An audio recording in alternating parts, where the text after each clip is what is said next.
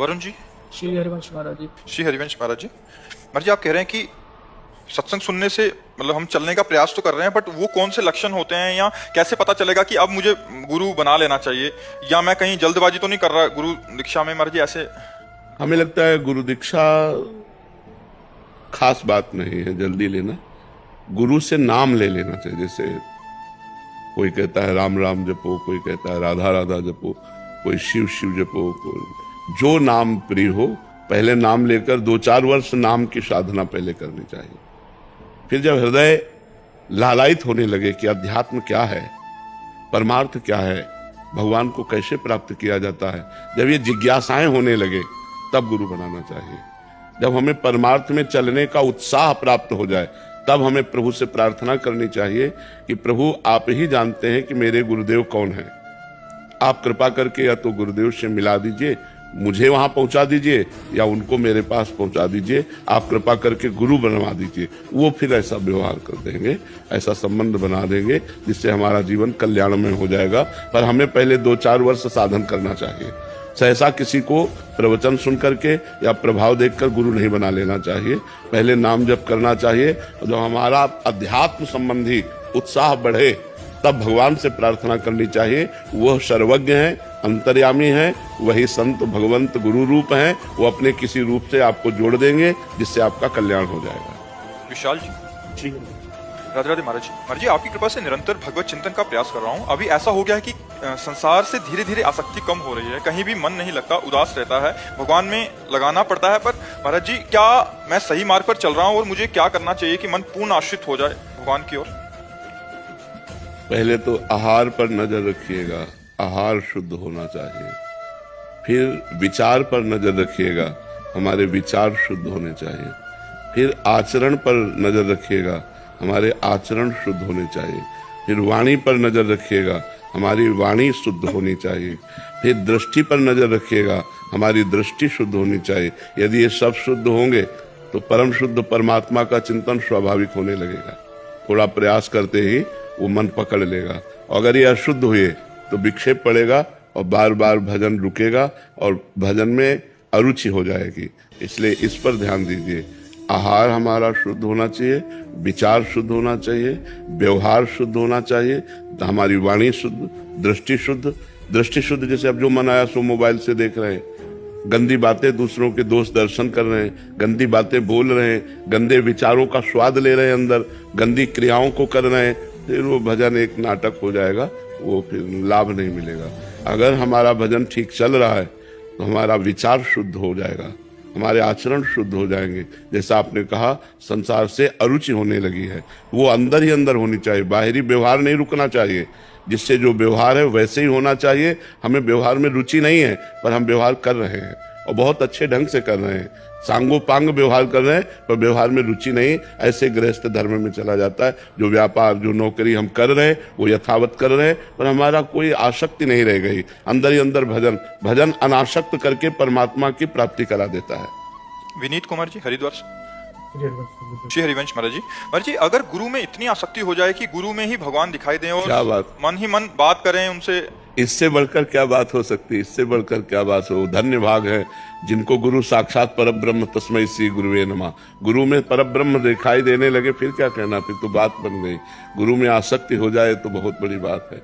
गुरु में जैसे अपनी माँ में आसक्ति हो जाती कि मेरी माँ, मेरे पिता, ऐसे मेरे गुरुदेव। अगर संसारिकता की भी तरह आसक्ति हो जाए तो जो आसक्ति, कपिल भगवान देव जी कहते हैं, जो आसक्ति संसार में बंधन का कारण है, वही आसक्ति जब किसी संत महापुरुष से हो जाती है तो मोक्ष का कारण बन जाती है। पर संतों से आसक्ति होना बहुत कठिन है क्योंकि निरपेक्ष रहते हैं वो। और अब उनसे आप आसक्ति कर लो तो आपका कल्याण हो जाए, आपका मंगल हो जाए, तो ये तो बहुत बड़ी बात है। विकास सोनी जी, जयपुर से। श्री हरिवंश महाराज। महाराज जी, आपका सत्संग सुनकर नाम जप व अच्छे आचरण अपने जीवन में उतारने का प्रयास कर रहा हूँ। मैंने आपको अपना गुरु मान लिया है। महाराज जी, मेरा प्रश्न है कि जो हम राधा नाम या जो भी जप करते हैं श्री जी कृपा से, तो उस राधा नाम की बैंक का खाता किसके पास है? और इसका आचार्य के पास। जो आचार्य होते, जैसे हमारे आचार्य हैं हरिवंश महाप्रभु, जैसे किसी के आचार्य चैतन्य महाप्रभु, किसी के आचार्य हैं स्वामी हरिदास जी, किसी के वल्लभाचार्य, किसी के शंकराचार्य, किसी के निम्बारकाचार्य। तो ये जो आचार्य है ना, ये पूरा का पूरा सिस्टम संभालते हैं। आचार्य के अधीन इष्ट होते हैं। तो जो हम आचार्य प्रदत्त संतों से, जैसे हमारे पास जो नाम है, जो मंत्र है, वो हमारे गुरु का दिया हुआ है, गुरु के पास जो उनके गुरु का दिया हुआ है, जब ऐसे हम क्रम से पहुंचते हैं तो आचार्य का दिया हुआ सब कुछ होता है। तो हम जो नाम जप रहे हैं वो आचार्य का दिया हुआ है, वो आचार्य के पास, आचार्य ही उसे पास करते हैं कि ये निकुंज में जाएगा या ये वैकुंठ में जाएगा, ये कहाँ जाएगा या पुनः जन्म लेगा, ये आचार्य ही निर्णय करते हैं। आचार्य भगवान में है, आचार्य ही सब कुछ है, उन्हीं की कृपा से होता है।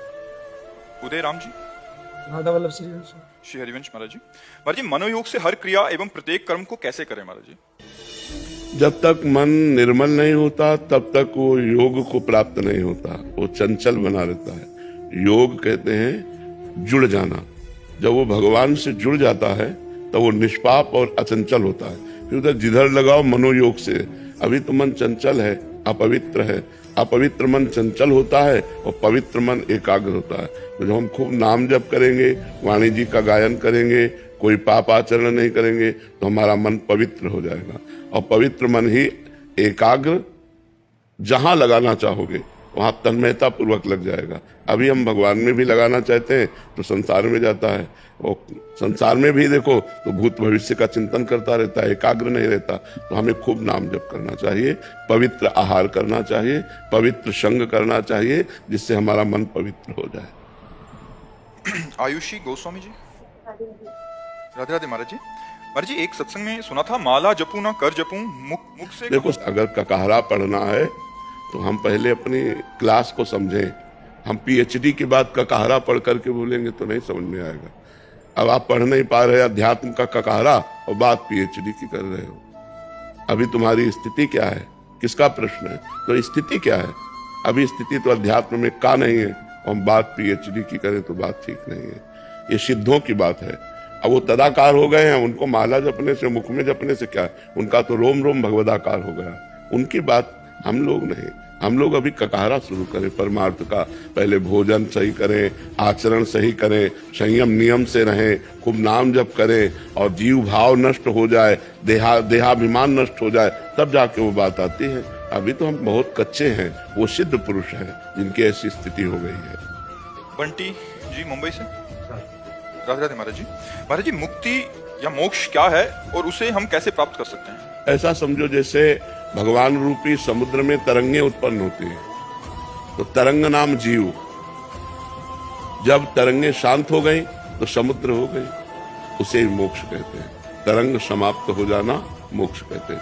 तो जब तक हमारी कामनाएं हैं, देहाभिमान है, स्थूल सूक्ष्म कारण तीनों शरीरों का राग है, बाहर माया मोह ममता है, तब तक हम बंधे हुए हैं। और जब हम गुरु की शरण में जाकर के और साधना करते हैं और शरीर का राग नष्ट होता है, तो जीव ही शिवा, शिव जीवा। वो जीव ही शिव है, शिव ही जीव है, उसके सिवा कोई है नहीं। एक परमात्मा के सिवा कोई है नहीं। तो फिर जीव कहाँ से आ गया? वही परमात्मा ही अपने अंश से जीव रूप बना। जब अज्ञान नष्ट हुआ, अपने स्वरूप को प्राप्त हो गया, ब्रह्मविद ब्रह्मवि भवति, तो मोक्ष को प्राप्त हो गया। और मोक्ष प्राप्त होने का मतलब आवागमन से मुक्त हो जाना, समस्त दुखों से मुक्त हो जाना, अखंडानंद परमानंद को प्राप्त हो जाना। महासुख है मोक्ष, कोई साधारण बात नहीं। परमात्म स्वरूप में स्थित हो जाना। अब इसके लिए साधना है, गुरु चरणों का आश्रय लेकर ज्ञान मार्ग की साधना करे तो मोक्ष को प्राप्त होता है, भक्ति मार्ग की साधना करे तो प्रेम को प्राप्त होता है। अजय जी, हरियाणा से। राधे राधे महाराज जी, आपके चरणों में कोटि कोटि प्रणाम। महाराज जी, मेरा प्रश्न है कि जब सब में श्री जी प्रभु विराजमान है, यही सत्य है, तो अनन्य होने से क्या तात्पर्य है? ऐसा अनुभव तो करो, पहले ऐसा अनुभव तो करो। अभी तो स्त्री पुरुष दिखाई दे रहे कि नहीं दिखाई दे रहे? उनमें भी मेरी श्री जी प्रभु, हर चीज में मेरी श्री जी है। देखो, एक होता है सुन के मानना और एक होता है जानना। अभी जाने नहीं होने, प्रश्न ही नहीं उठता। जब सब में श्री जी हैं तो आप श्री जी के अनन्य हो, तो प्रश्न कैसे उठता? आपके प्रश्न उठा, इसका मतलब संशय। संशय का मतलब अभी तुम सिद्ध पुरुष नहीं हो गए कि सब में दृष्टि डाली तो केवल भगवान दिखाई दे रहे। अभी पुरुष दिखाई दे रहा है, स्त्री दिखाई दे रही, जड़ दिखाई दे रहा, चैतन्य दिखाई दे रहा। तो हम पहले एक किसी भगवान के अनन्य हो जाए, श्री जी के, राम जी के, श्याम जी के, जो नाम हो एक के अनन्य, और उसी को सब जगह विस्तार पूर्वक देखे। वही सब में विराजमान है, वही सब में विराजमान है। अब हम बहुत से भगवान के अवतार हैं, बहुत से रूप हैं, हम सबकी आराधना नहीं कर सकते क्योंकि अनंत हैं भगवान। हम भगवान के किसी एक नाम रूप को पकड़ लेते हैं और उसी से पार हो जाते हैं।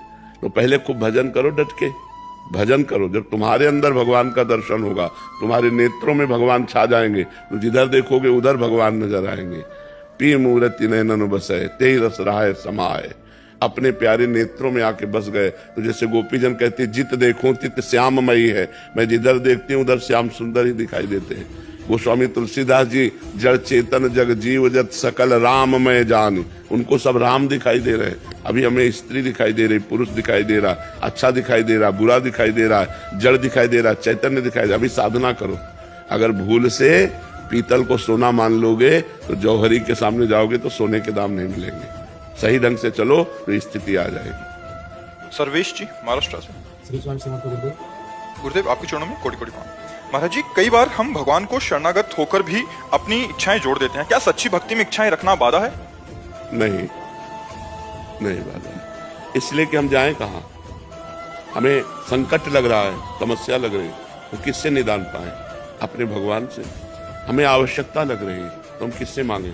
अपने भगवान से। जब हमें आवश्यकता लगे ना, जब हमें कोई संकट लगे ना, हमारे अंदर कोई कामना ही नहीं उत्पन्न हो रही, तब वो भक्ति का प्रेम रंग आता है। तो जैसी हमारी स्थिति हो उसके अनुसार बर्ताव करना चाहिए। यदि हमारी मांग है तो हम किसी और से नहीं मांगेंगे।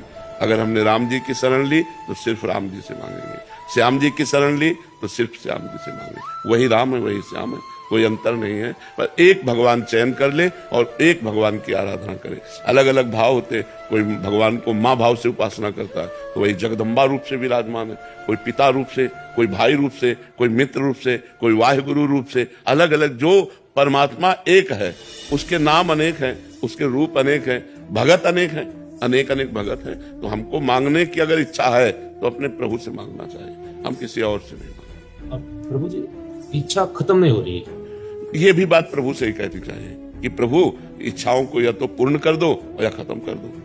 हर बात प्रभु से कहनी चाहिए। अगर हमारे अंदर ये इच्छा आ रही है कि मेरी इच्छाएं नष्ट हो जाएं, तो भगवान से प्रार्थना करनी चाहिए कि हे भगवान, या तो मेरी इच्छा पूर्ण करके नष्ट कर दो और या नष्ट कर दो। आप सर्व सामर्थ्यशाली हो, मांगूंगा आपसे ही, चाहूंगा आपसे ही, चाहूंगा आपको ही, आपसे ही चाहूंगा और आपको ही चाहूंगा, दूसरे की तरफ आंख उठा के नहीं देखूंगा। यह है भक्ति।